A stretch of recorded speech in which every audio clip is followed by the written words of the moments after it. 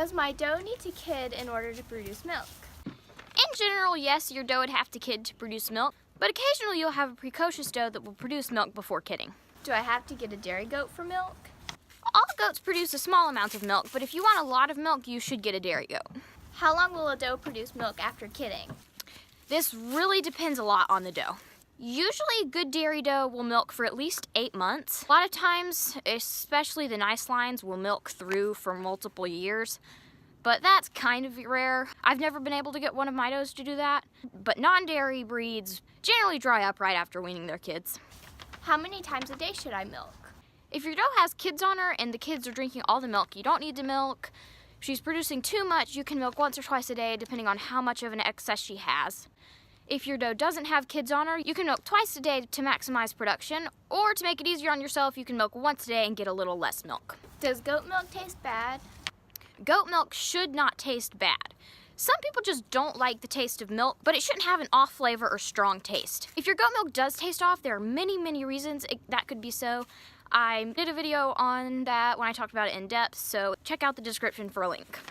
Do I have to wait until the kids are weaned to milk? Especially if you have a dairy dough, you definitely don't have to wait until the kids are weaned to milk. You can start separating kids at night when they're 2 weeks old and then milk the dough in the morning.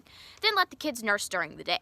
Another thing you can do is if your dough is just producing more milk than her kids can handle, you can just milk without separating kids. Do I have to bottle some of the milk back to the kids? No, you don't.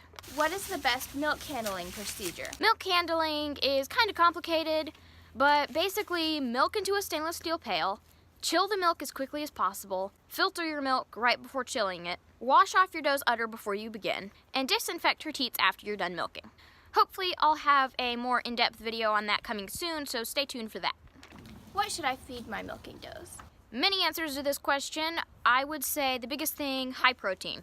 I highly recommend alfalfa, hay or pellets, whatever. Alfalfa is amazing, high protein, high calcium, excellent for aiding in milk production and keeping some weight on your dough at the same time. You'll also want to feed some kind of grain, whatever mix you have your dough on before she kids and milks. It will probably be fine.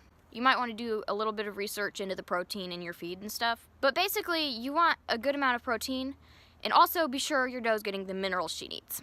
And I have a ton of info and videos about minerals. I will link a playlist in the description.